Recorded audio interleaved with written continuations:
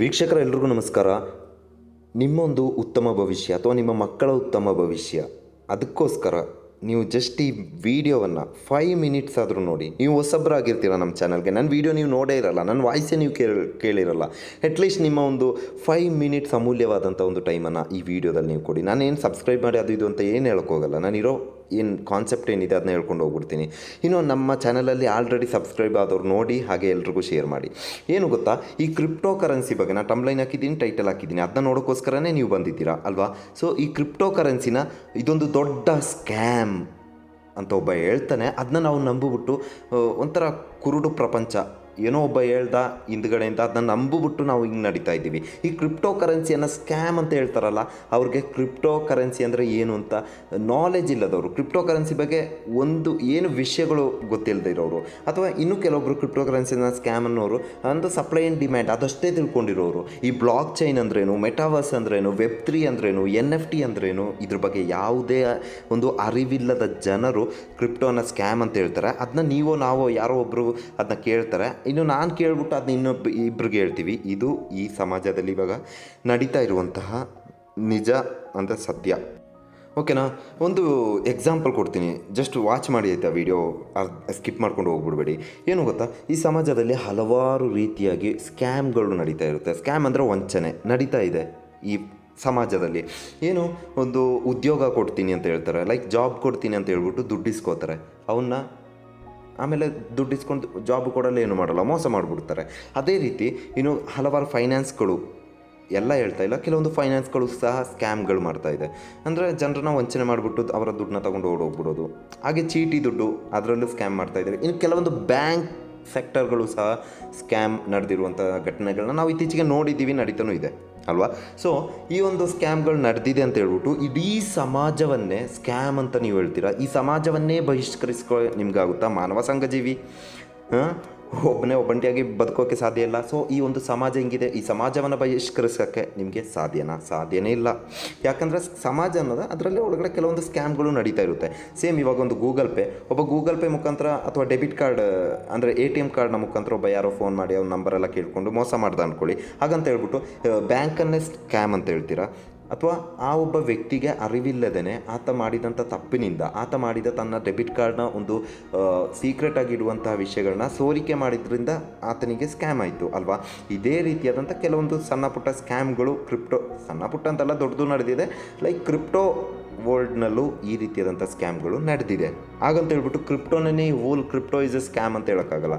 ಯಾರೊಬ್ಬರು ಒಂದು ದೊಡ್ಡ ಮಟ್ಟದ ರಿಟರ್ನ್ಸ್ ಕೊಡ್ತೀನಿ ಅಂತ ಹೇಳ್ಬಿಟ್ಟು ಆಸೆ ತೋರಿಸ್ಬಿಟ್ಟು ಅವ್ನ ಇಲ್ಲಿರುವಂಥ ಕ್ರಿಪ್ಟೋ ಕರೆನ್ಸಿಯನ್ನು ಈತ ಇಸ್ಕೋತಾನೆ, ಆಮೇಲೆ ಅವ್ನು ಕೊಟ್ಟಿರಲ್ಲ. ಸೊ ಅದು ಸ್ಕ್ಯಾಮ್ ಅಂತ ಹೇಳೋದಕ್ಕೆ ಸಾಧ್ಯ ಇಲ್ಲ. ಈ ಕ್ರಿಪ್ಟೋ ಕರೆನ್ಸಿನ ಸ್ಕ್ಯಾಮ್ ಅಂತ ಹೇಳೋರಿಗೆ ಈ ಬ್ಲಾಕ್ ಚೈನ್ ಅಂದರೆ ಏನು ಗೊತ್ತಿಲ್ಲ, NFT ಅಂದರೆ ಏನು ಗೊತ್ತಿಲ್ಲ, ಮೆಟಾವರ್ಸ್ ಅಂದರೆ ಏನು ಗೊತ್ತಿಲ್ಲ, ಒಟ್ಟಿನಲ್ಲಿ ಇದೇನೋ ಸ್ಕ್ಯಾಮ್ ಅಂತ ಹೇಳ್ತಾರೆ. ಅವ್ರು ಯಾಕೆ ಹಂಗೆ ಹೇಳ್ತಾರೆ ಅಂದರೆ ಆಲ್ಮೋಸ್ಟ್ ಅವ್ರಿಗೆ ಈ ರೀತಿಯಾದಂಥ ಹಲವಾರು ವಂಚನೆಗಳು ಸಮಾಜದಲ್ಲಿ ನೋಡಿ ಬಂದಿರುವಂಥವ್ರು. ಸೊ ಅವರು ಸಹ ಆ ಒಂದು ವಂಚನೆಗೆ ಬಿದ್ದಿರ್ತಾರೆ. ಸೊ ಅದಾದಮೇಲೆ ಅವರು ಅಂತಹ ವಿಷಯಗಳ ಬಗ್ಗೆ ಗಮನನೇ ಕೊಡಲ್ಲ. ಇನ್ನು ಯಾವುದೇ ಒಂದು ವಿಷಯ ಬಂದರೂ ಅದು ಸ್ಕ್ಯಾಮ್, ಇಟ್ಸ್ ಎ ವಂಚನೆ ಅಂತ ಹೇಳ್ಕೊಂಡು ನಡೀತವ್ರೆ ಈ ರೀತಿಯಾದಂಥ ವ್ಯಕ್ತಿಗಳು. ಇದು ಅವ್ರು ತಪ್ಪಲ್ಲ. ಆ್ಯಕ್ಚುಲಿ ಈ ಸಮಾಜದಲ್ಲಿ ನಡೆದಂಥ ಘಟನೆಗಳು ಅವರನ್ನು ಆ ರೀತಿಯಾಗಿ ಮಾಡಿದೆ. ಆದ್ದರಿಂದ ಈ ಕ್ರಿಪ್ಟೋ ಕರೆನ್ಸಿ ಏನೋ ಒಂದು ಹೊಸದಾಗಿ ಒಂದು ಟೆಕ್ನಾಲಜಿ ಬರ್ತಾ ಇದೆ ಅಂತ ಅನ್ನೋಷ್ಟಿಗೆ ಅದು ಸ್ಕ್ಯಾಮ್ ಅಂತ ಹೇಳ್ಬಿಡ್ತಾರೆ. ಇನ್ನು ನೀವು ಕೇಳ್ತೀರಾ, ಏನಪ್ಪ ಮತ್ತೆ ನೀನು ಹಿಂಗೆಲ್ಲ ಹೇಳ್ತಾ ಇದೆಯಾ, ಅದರಲ್ಲೇನೋ ಒಬ್ಬ 1000 ರೂಪಾಯಿ ಹಾಕಿದ್ರೆ ಅದೇನು ಕೋಟಿಗಟ್ಟಲೆ ಆಗುತ್ತಂತೆ, ಇನ್ನೊಬ್ಬ ಕೋಟಿ ಹಾಕಿದ್ರೆ 1000 ರೂಪಾಯಿ ಆಗುತ್ತಂತೆ, ಮತ್ತು ಅದೇ ಸ್ಕ್ಯಾಮ್ ಅಲ್ವಾ, ಜೂಜಾಟ ಅಲ್ವಾ ಅಂತೆಲ್ಲ ಕೇಳ್ತೀರಾ ನೀವು, ಬೆಟ್ಟಿಂಗ್ ಅಲ್ವಾ, ಹೀಗೆಲ್ಲ ಸುಮಾರು ಕ್ವಶನ್ಸ್ ಬರುತ್ತೆ ನಿಜ. ಬಟ್ ನಾನೊಂದು ವಿಷಯ ಹೇಳ್ತೀನಿ ನಿಮಗೆ, ಗೋಲ್ಡ್ ಏನಿದೆ ಅದೊಂದು ಅಸೆಟ್ ಅದು, ಓಕೆನಾ. ಆ ಒಂದು ಗೋಲ್ಡ್ ಅನ್ನೋದ್ರಲ್ಲಿ ಅದನ್ನ ಕೇವಲ ಅವರು ಏನು ಸೇಲ್ ಮಾಡೋದಕ್ಕೆ ಉಪಯೋಗಿಸೋದ ಇಲ್ಲ ತಾನೇ, ಅವರು ಅದನ್ನ ಟ್ರೇಡಿಂಗ್ ಮಾಡೋದಕ್ಕೋಸ್ಕರ ಗೋಲ್ಡನ್ನು ಉಪಯೋಗಿಸ್ತಾರೆ ನೋಡಿ. ಸುಮಾರು ಜನ ಗೋಲ್ಡ್ನ ಕಡಿಮೆ ಪ್ರೈಸಿಗೆ ಇಸ್ಕೊಂಡು ಅದನ್ನೇ ಜಾಸ್ತಿ ಪ್ರೈಸ್ ಆದಾಗ ಸೇಲ್ ಮಾಡ್ಕೊಂಡು ಬಿಸ್ನೆಸ್ ಮಾಡೋರು ಇದ್ದಾರೆ. ಅದೇ ರೀತಿ ಗೋಲ್ಡನ್ನು ಆಭರಣವಾಗಿ ಉಪಯೋಗಿಸುವಂಥವ್ರು ಇದ್ದಾರೆ. ಇನ್ನು ಗೋಲ್ಡನ್ನು ಸೇಲ್ ಮಾಡಿ ಜೀವನ ನಡೆಸುವಂಥವ್ರು ಇದ್ದಾರೆ. ಹಾಗೆ ಗೋಲ್ಡನ್ನು ತನ್ನ ಸುರಕ್ಷೆಗೋಸ್ಕರ ಏನು ಡಿಪಾಸಿಟ್ ಮಾಡುವವರು ಇದ್ದಾರೆ. ಫಾರ್ ಎಕ್ಸಾಂಪಲ್ ನಮ್ಮ ಇಂಡಿಯಾ ದೇಶ, ಭಾರತ ದೇಶನೇ ಡಿಪಾಸಿಟ್ ಮಾಡಿದೆ, ಎಷ್ಟೋ ಗೋಲ್ಡನ್ನ ರಿಸರ್ವ್ ಮಾಡಿದೆ, ಓಕೆನಾ. ಈ ರೀತಿ ನೋಡೋದಾದರೆ ಗೋಲ್ಡಲ್ಲಿ ಅದೊಂದು ಅಸೆಟ್, ಅದು ಕೇವಲ ಟ್ರೇಡಿಂಗಿಗೆ ಮಾತ್ರ ಅದನ್ನ ಉಪಯೋಗಿಸಲ್ಲ. ಅದೇ ರೀತಿ ಕ್ರಿಪ್ಟೋದಲ್ಲೂ ಇಲ್ಲಿ ಟ್ರೇಡಿಂಗ್ ಮಾತ್ರ ಅಲ್ಲ ನಡೆಯುವಂಥದ್ದು. ಒಬ್ಬ ಕಡಿಮೆ ಪ್ರೈಸಿಗೆ ಬೈ ಮಾಡಿಬಿಟ್ಟು ಜಾಸ್ತಿ price, that's not crypto, that's a trading. ಅದು ಕ್ರಿಪ್ಟೋ ಕರೆನ್ಸಿ ಅಲ್ಲ, ಅದು ಟ್ರೇಡಿಂಗ್. ಕ್ರಿಪ್ಟೋ ಅನ್ನೋದು ಅದೊಂದು ಡಿಜಿಟಲ್ ಅಸೆಟ್ಸ್, ಅದನ್ನ ಒಬ್ಬರಿಂದ ಒಬ್ಬರಿಗೆ ಟ್ರಾನ್ಸ್ಫರ್ ಮಾಡ್ಬೋದು all over world, same currency. There is no any difference. Like ಇವಾಗ ಇಂಡಿಯಾದಿಂದ ಅಮೇರಿಕಾಗೊಂದು ಹಣವನ್ನು ಕಳಿಸ್ಬೇಕು ಅಂದರೆ ನಮಗೆ ತುಂಬ ಕಷ್ಟ ಇದೆ. ಬಟ್ ಕ್ರಿಪ್ಟೋದಲ್ಲಿ ಆ ರೀತಿ ಇಲ್ಲ. ಡೈರೆಕ್ಟ್ ಪಿ ಟು ಪಿ ಅಂದರೆ ಪೀರ್ ಟು ಪೀರ್, ಒಬ್ಬ ವ್ಯಕ್ತಿಯಿಂದ ಇನ್ನೊಬ್ಬ ವ್ಯಕ್ತಿಗೆ. ಬಟ್ ಈ ನಮ್ಮ ಫಿಯಟ್ ಕರೆನ್ಸಿ ವಿಷಯಕ್ಕೆ ಬರೋದಾದರೆ INR ಅಂದರೆ ಇಂಡಿಯನ್ ರುಪೀಸ್ ವಿಷಯ ಆಗಿರ್ಬೋದು, US ಡಾಲರ್ ವಿಷಯ ಆಗಿರ್ಬೋದು, ಈ ಒಂದು ಸಿಸ್ಟಮ್ ಇವಾಗ ಇಂಡಿಯನ್ ರುಪೀಸ್ನ ನಾನೊಂದು USಗೆ ಕಳಿಸ್ಬೇಕು ಅಂದರೆ ಅಲ್ಲಿ P2P ಎಂಬ ಒಂದು ವಿಷಯ ಇಲ್ಲ. ಅಲ್ಲಿ ಬದಲಾಗಿ ನಮ್ಮೊಂದು ಟ್ರಾನ್ಸಾಕ್ಷನ್ ನಡುವೆ ಹಲವಾರು ಬ್ಯಾಂಕ್ಗಳು ಅಥವಾ ಬ್ರೋಕರ್ಸ್ಗಳು ಬರ್ತಾರೆ ಅಲ್ವಾ. ಇದನ್ನು ಈ ಒಂದು ಕುಂದುಕೊರತೆಗಳನ್ನ ನಿವಾರಿಸಲಿಕ್ಕೋಸ್ಕರ ಬಂದಿರುವಂಥ ಒಂದು ಸಿಸ್ಟಮೇ ಕ್ರಿಪ್ಟೋ ಕರೆನ್ಸಿ. ಅದು 100ರಲ್ಲಿ 1 ಕಾನ್ಸೆಪ್ಟ್ ಮಾತ್ರ. ಓಕೆನಾ, 100 ಕಾನ್ಸೆಪ್ಟ್ ಇದೆ, ಅದರಲ್ಲೊಂದು ಕಾನ್ಸೆಪ್ಟ್ ಇದು ಮೈನ್ ಕಾನ್ಸೆಪ್ಟಾಗಿ ಫಸ್ಟ್ ಬಂದಿದ್ದು ಬಿಟ್ಕಾಯಿನ್. ಇದಾದ ನಂತರ ಇವಾಗ 25,000ಕ್ಕಿಂತ ಹೆಚ್ಚಿನ ಕ್ರಿಪ್ಟೋ ಕರೆನ್ಸೀಸ್ಗಳಿವೆ. ಸೊ ಇದೆಲ್ಲ ಬ್ಲಾಕ್ ಚೈನ್ ಸಿಸ್ಟಮ್ನಲ್ಲಿ ನಡೀತಾ ಇರುತ್ತೆ. ಒಂದೊಂದು ಕ್ರಿಪ್ಟೋ ಕರೆನ್ಸಿಗೂ ತನ್ನದೇ ಆದಂತಹ ಪ್ರಾಜೆಕ್ಟ್ಗಳಿವೆ. ಏನು ಪ್ರಾಜೆಕ್ಟ್ ಅಂತ ಕೇಳೋದಾದರೆ ನನಗೆ ಹೇಳೋಕ್ಕೋದ್ರೆ ತುಂಬ ಟೈಮ್ ಬೇಕು. ಎಲ್ಲ ಡಿಜಿಟಲ್ ಆಗಿರುವಂಥ ಪ್ರಾಜೆಕ್ಟ್ಗಳು. ಇವಾಗೊಂದು ನೋಡಿ, ಫೇಸ್ಬುಕ್ ತನ್ನ ಬ್ರ್ಯಾಂಡ್ ನೇಮನ್ನು ಮೆಟಾ ಅಂತ ಘೋಷಿಸ್ಕೊಂಡಿದೆ. ಏನಕ್ಕೆ ಘೋಷಿಸ್ಕೊಂಡಿದೆ ಅಂತ ನೋಡೋದಾದರೆ ಮೆಟಾವರ್ಸ್, ಅದು ನೆಕ್ಸ್ಟ್ ಫ್ಯೂಚರ್, ಅದಕ್ಕೆ ಸಂಬಂಧಪಟ್ಟಂತೆ ಈ ಒಂದು ಫೇಸ್ಬುಕ್ ಒಂದು ದೊಡ್ಡೊಂದು ದಿಟ್ಟ ಹೆಜ್ಜೆಯನ್ನು ಇಟ್ಟಿದೆ. ಒಂದು ಎಕ್ಸಾಂಪಲ್ ಹೇಳ್ತೀನಿ ನೋಡಿ. ನಮ್ಮ ಇಂಡಿಯಾದಲ್ಲಿ ಫಸ್ಟ್ ಕಂಪ್ಯೂಟರ್ ಬಂದಾಗ ಅದನ್ನು ಸಹ ನಿಷೇಧಿಸಿದಂಥ ಒಂದು ಜನಸಮೂಹ ಇತ್ತು ಆ ಟೈಮ್ನಲ್ಲಿ. ಅದು ಹಿಸ್ಟ್ರಿ ನಿಮಗೆ ಚೆಕ್ ಮಾಡಿದ್ರೆ ಸಿಗುತ್ತೆ, ಗೂಗಲ್ ಮಾಡಿ ನೋಡಿಬೇಕಾದ್ರೆ. ಅದೇ ಥರ ಇವಾಗ ಕ್ರಿಪ್ಟೋ ಅದೊಂದು ಹೊಸ ಟೆಕ್ನಾಲಜಿ ಬಂದಿದೆ. 10 ವರ್ಷದಿಂದ ಇದುವರೆಗೂ ಕ್ರಿಪ್ಟೋ ಕರೆನ್ಸಿಯನ್ನು ಸ್ಕ್ಯಾಮ್ ಅಂತ ಯಾರಿಗೂ ಹೇಳೋಕ್ಕೆ ಸಾಧ್ಯ ಇಲ್ಲ. ಕ್ರಿಪ್ಟೋ ಕರೆನ್ಸಿಯನ್ನು ಸ್ಕ್ಯಾಮ್ ಅಂತ ಹೇಳೋದಕ್ಕೆ ಸಾಧ್ಯ ಇಲ್ಲ. ಅದೇ ಕ್ರಿಪ್ಟೋ ಕರೆನ್ಸಿಯಲ್ಲಿ ನಾನು ಹೇಳ್ದಂಗೆ ಸ್ಕ್ಯಾಮ್ಗಳು ನಡೀತಾ ಇರುತ್ತೆ. ಲೈಕ್ ಅದು ಇಲ್ಲೂ ಬ್ಯಾಂಕಿಂಗಲ್ಲಿ ನಡೆಯಲ್ವಾ, ನಮ್ಮ ATM ಕಾರ್ಡ್ ಉಪಯೋಗಿಸ್ಕೊಂಡು ನಡೆಯಲ್ವಾ, ಸೇಮ್ ಅದೇ ಥರ ಸ್ಕ್ಯಾಮ್ಗಳು ಇಲ್ಲೂ ನಡೆಯೋದು. ಬೇರೆ ಯಾವ ರೀತಿಯಾದಂಥ ಸ್ಕ್ಯಾಮ್ ಬೇರೆ ಸುಮಾರು ಇದೆ, ಅದರ ಹೇಳೋಕ್ಕೋದ್ರೆ ತುಂಬ ಟೈಮ್ ಬೇಕಾಗುತ್ತೆ ಬಿಡಿ. ನಾನು ಮೈನ್ ಕಾನ್ಸೆಪ್ಟ್ನ ಹೇಳ್ಕೊಂಡು ಹೋಗ್ತಾ ಇದ್ದೀನಿ. ಓಕೆನಾ, ಇದು ಕ್ರಿಪ್ಟೋ ಕರೆನ್ಸಿ. ಇದರಲ್ಲಿ ಬ್ಲಾಕ್ ಚೈನ್ ಇದೆ, NFT ಇದೆ, ಮೆಟಾವರ್ಸ್ ಇದೆ. ಇದ್ರ ಬಗ್ಗೆ ಎಲ್ಲ ಕಲ್ತ್ಕೋಬೇಕು. ಇವಾಗ ಗೇಮ್ಗಳು ಕ್ರಿಪ್ಟೋ ಕರೆನ್ಸಿಯನ್ನು ಉಪಯೋಗಿಸ್ಕೊಂಡು ಗೇಮ್ಗಳನ್ನ ಡೆವಲಪ್ಮೆಂಟ್ ಮಾಡ್ತಾ ಇದ್ದಾರೆ, ಕ್ರಿಯೇಟ್ ಮಾಡ್ತಾ ಇದ್ದಾರೆ ಕ್ರಿಪ್ಟೋ ಕರೆನ್ಸಿ. ಇನ್ನು ನೆಕ್ಸ್ಟ್ ಜನ್ರೇಷನ್ ಅಂದರೆ ಇನ್ನು ಮುಂದಿನ ಜನ್ರೇಷನ್. ಒಂದೇ ಹೇಳ್ತೀನಿ ಒಂದು ವಿಷಯ. ಬಿಫೋರ್ 10 ಇಯರ್ ನಿಮ್ಮ ಹತ್ರ ಏನಿತ್ತು? ನಿಮ್ಮ ಹತ್ರ ನೀವು ವೀಡಿಯೋ ಕಾಲ್ ಮಾಡ್ತಾ ಇದ್ರು ವಾಟ್ಸಪ್ಪಲ್ಲಿ, ನಿಮ್ಮ ಹತ್ರ ಇನ್ಸ್ಟಾಗ್ರಾಮ್ ಇತ್ತಾ, ಫೇಸ್ಬುಕ್ ಇತ್ತಾ, ಅಥವಾ ಗೂಗಲ್ ಇತ್ತು. ಬಟ್ ಎಷ್ಟು ಜನ ಯೂಸ್ ಮಾಡಿದ್ರಿ? ಇದು ನೋಡಿ, ಬಿಫೋರ್ 10 ಇಯರ್ ಹೆಂಗಿತ್ತು ನಮಗೆ. ಆ ಒಂದು ಸಮಯದಲ್ಲಿ ನಾವು ಆಫ್ಟರ್ 10 ಇಯರ್ ಈ ರೀತಿ ಇಷ್ಟೊಂದು ಡೆವಲಪ್ಮೆಂಟ್. ಊಟ ಬೇಕಾ ಝೊಮ್ಯಾಟೊ, ಕಾರ್ ಬೇಕಾ ಊಬರ್, ಇನ್ನೇನಾದರೂ ಥಿಂಗ್ಸ್ ಬೇಕಾ ಫ್ಲಿಪ್ಕಾರ್ಟ್, ಅಮೆಝಾನ್. ಓಕೆ, ಸೊ ಈ ರೀತಿ ಇಷ್ಟೊಂದು ಡೆವಲಪ್ಮೆಂಟ್ ಆಗಿದೆ. ಎಲ್ಲ online, everything is going to online. ಇನ್ನು ಕೆಲವೊಂದು ನೆಕ್ಸ್ಟ್ ಜನ್ರೇಷನ್ ನೋಡೋದಾದರೆ ನೆಕ್ಸ್ಟ್ ಇವಾಗ ಆನ್ಲೈನ್ನ ಬಗ್ಗೆ ಕೋಡಿಂಗ್ ಲ್ಯಾಂಗ್ವೇಜ್ ಗೊತ್ತಿಲ್ಲದೆ ಇರೋನಿಗೆ ಹಣ ಸಂಪಾದನೆ ಮಾಡೋದಕ್ಕೇ ಸಾಧ್ಯವಾಗದಂಥ ಸಿಚುವೇಶನ್ಸ್ಗಳು ಬರುತ್ತೆ. ಹಾಗಂತ ಹೇಳ್ಬಿಟ್ಟು ನೀವು ಹೇಳ್ತೀರ ಅಗ್ರಿಕಲ್ಚರ್ ನಾನು ಮಾಡ್ತೀನಿ ಅಂತ, ಅದು ಬೇರೆ ವಿಭಾಗ. ಅಗ್ರಿಕಲ್ಚರ್ ಮಾಡೋಕ್ಕೆ ಎಲ್ರಿಗೂ ಭೂಮಿ ಇರಬೇಕು ಅಂತ ಇಲ್ಲ, ಕರೆಕ್ಟ್ ಅಲ್ವಾ? ಸೊ ಅದ್ರ ಬಗ್ಗೆ ನಾನು ಜಾಸ್ತಿ ಮಾತಾಡೋಕ್ಕೋಗಲ್ಲ, ಇದ್ರ ಬಗ್ಗೆ ಮಾತಾಡ್ಕೊಂಡು ಇದ್ದೀನಿ. ಸೊ ಆ ರೀತಿಯಾದಂಥ ಒಂದು ನೆಕ್ಸ್ಟ್ ಜನ್ರೇಷನ್ ಬರುತ್ತೆ. ಕೋಡಿಂಗ್ ಲ್ಯಾಂಗ್ವೇಜ್ ಗೊತ್ತಿಲ್ವಾ? No use. ಅದೇ ನಾನು ಹೇಳಿದ್ದು, ನಿಮ್ಮ ಭವಿಷ್ಯಕ್ಕಾಗಿ ನೀವು ಜಸ್ಟ್ ಒಂದು 5 ಮಿನಿಟ್ಸ್ ನನಗೆ ಕೊಡಿ ಅಂತ ಹೇಳ್ಬಿಟ್ಟು. ಏನು ಗೊತ್ತಾ, ನಿಮ್ಮ ಮಕ್ಕಳಿಗಾಗಿರ್ಬೋದು, ನೀವೇ ಆಗಿರ್ಬೋದು, ಸ್ವತಃ ನೀವು ಬಂದ್ಬಿಟ್ಟು ಈ ಕ್ರಿಪ್ಟೋ ಕರೆನ್ಸಿ ಅಂದರೆ ಬಂದ್ಬಿಟ್ಟು ನೀವು ದುಡ್ಡು ಹಾಕ್ಬಿಟ್ಟು 1,000 ರೂಪಾಯಿ ಹಾಕ್ಬಿಟ್ಟು 1 ಲಕ್ಷ ಮಾಡ್ಕೊಂಡು ಹೋಗಿ ಅನ್ನೋದಲ್ಲ ಕಾನ್ಸೆಪ್ಟ್. ಜಸ್ಟ್ ಇದ್ರ ಬಗ್ಗೆ ತಿಳ್ಕೊಳ್ಳಿ. ನಿಮ್ಮ ಎಜುಕೇಟ್ ಯುವರ್ ಸೆಲ್ಫ್, ನಿಮಗೆ ನೀವೇ ಎಜುಕೇಟ್ ಮಾಡ್ಕೊಳ್ಳಿ. ಕ್ರಿಪ್ಟೋ ಕರೆನ್ಸಿ ಅಂದರೆ ಏನಂತ ತಿಳ್ಕೊಳ್ಳೋಕ್ಕೆ ಯಾರು ಇಲ್ಲಿ ದುಡ್ಡು ಕೊಡಬೇಕಾಗಿಲ್ಲ. ಓಕೆ, ಇದರಲ್ಲಿ ದುಡ್ಡು ಹಾಕಬೇಕು ಅಂತಲ್ಲ, ಇದೊಂದು ದುಡ್ಡು ಹಾಕುವಂಥ ಪ್ರಾಜೆಕ್ಟ್ ಮಾತ್ರ ಅಲ್ಲ, ಇಲ್ಲಿ ಹಲವಾರು ವಿಷಯಗಳಿವೆ. 25,000ಕ್ಕೂ ಹೆಚ್ಚಿನ ವಿಷಯಗಳಿವೆ. ಓಕೆ, 25,000 ಕ್ರಿಪ್ಟೋ ಕರೆನ್ಸೀಸ್ ಇದೆ ಅಂದರೆ ಒಂದೊಂದು ಕ್ರಿಪ್ಟೋಗೂ ತನ್ನದೇ ಆದಂಥ ಪ್ರಾಜೆಕ್ಟ್ಸ್ ಇದೆ. ಓಕೆ, ಹೇಳ್ತಾ ಹೋದ್ರೆ ಮುಗಿಯೋದಿಲ್ಲ. ಇನ್ನು ಇದನ್ನ ಸ್ಕ್ಯಾಮ್ ಅಂತ ಹೇಳೋರು ಯಾರು ಅಂತ ಗೊತ್ತಾಗಿದೆ ಅಲ್ವಾ ನಿಮಗೆ? ಇನ್ನು ಇದ್ರ ಬಗ್ಗೆ ನೋಡಿ, ಸ್ಕ್ಯಾಮ್ ಅಂತ ಅಷ್ಟು ಹೇಳ್ತಾರಲ್ವ. ಇಂಡಿಯನ್ ಗೌರ್ಮೆಂಟ್ ಸಹ ಇವಾಗ ಕ್ರಿಪ್ಟೋ ಕರೆನ್ಸಿ ಮೇಲೆ 30% ಟ್ಯಾಕ್ಸನ್ನು ವಿಧಿಸಿದೆ. ಏನಕ್ಕೆ? ಇದು ಸ್ಕ್ಯಾಮ್ ಆಗಿದ್ರೆ 30% ಟ್ಯಾಕ್ಸ್ ವಿಧಿಸ್ಬಿಟ್ಟು ಬಿಟ್ಬಿಡ್ತಿದ್ರ? ಇನ್ನು ಅಫಿಮೋ ಗಾಂಜಾ ಅದ್ರ ಮೇಲೆಲ್ಲ ಯಾಕೆ 30% ಟ್ಯಾಕ್ಸ್ ಬಿಟ್ಟಿಲ್ಲ? That's not good for health ಅಲ್ವಾ? ಇನ್ನು ಬೇರೆ ಯಾವುದೋ ಒಂದು ಸ್ಕ್ಯಾಮ್, ಅದನ್ನ ಯಾಕೆ ಇಲ್ಲಿ 30% ಟ್ಯಾಕ್ಸ್ ಹಾಕಿಬಿಟ್ಟಿಲ್ಲ? That's a scam. Indian government also know that. Indian ಗೌರ್ಮೆಂಟ್ಗೂ ಗೊತ್ತಿದೆ ಅದು ಸ್ಕ್ಯಾಮ್ ಅಂತ, ಅದಕ್ಕೋಸ್ಕರ ಬಿಟ್ಟಿಲ್ಲ. But cryptocurrency is not scam. ದುಬೈಯಲ್ಲಿ ಇವಾಗ ಕ್ರಿಪ್ಟೋ ಕರೆನ್ಸಿಗೆ ತುಂಬ ಒಂದು ಪ್ರಾಮುಖ್ಯತೆಯನ್ನು ನೀಡ್ತಾ ಇದೆ. ಅಲ್ಲಿ ದೊಡ್ಡ ದೊಡ್ಡ ಸ್ಟಾರ್ಟಪ್ ಕಂಪ್ನಿಗಳು ಹೋಗಿ ಬೆಳೀತಾ ಇದೆ. ಜಾಸ್ತಿ ಅದ್ರ ಬಗ್ಗೆ ನಾನು ಮಾತಾಡೋಕ್ಕೆ ಹೋಗಲ್ಲ. ನಿಮ್ಗೆ ಬೇಕು ಅಂದರೆ ನೀವು ಕಮೆಂಟ್ ಸೆಕ್ಷನಲ್ಲಿ ತಿಳಿಸಿ, ನಾನು ತಿಳಿಸ್ಕೊಡ್ತೀನಿ. ಓಕೆ, ಇನ್ನು ಇಂಡಿಯಾದಲ್ಲಿ ನೋಡೋದಾದ್ರೆ 30% ಟ್ಯಾಕ್ಸ್ ವಿಧಿಸಿದೆ. ಇನ್ನು ಇಂಡಿಯನ್ ಗೋರ್ಮೆಂಟ್ ಸ್ವತಃ ತನ್ನದೇ ಆದಂಥ ಒಂದು ಕ್ರಿಪ್ಟೋ ಕರೆನ್ಸಿಯನ್ನು ರಿಲೀಸ್ ಮಾಡಲಿಕ್ಕೆ ಹೊರಟಿದೆ. ಬೇಕಾದ್ರೆ ನಾನು ಸುಳ್ಳು ಹೇಳ್ತಾ ಇಲ್ಲ, ನಿಮಗೆ ಎಜುಕೇಷನ್ನ ಕೊರತೆ ಇದ್ದರೆ ನಿಮಗೆ ಈ ವಿಷಯ ಗೊತ್ತಿರಲ್ಲ. ನೀವು ಬೇಕಾದ್ರೆ ಗೂಗಲ್ಸ್ನಲ್ಲಿ ಸರ್ಚ್ ಮಾಡಿ ನೋಡಿ, ಹಲವಾರು ನ್ಯೂಸ್ ಮೀಡಿಯಾಗಳು ಆಲ್ರೆಡಿ ರಿಪೋರ್ಟ್ ಮಾಡಿದೆ.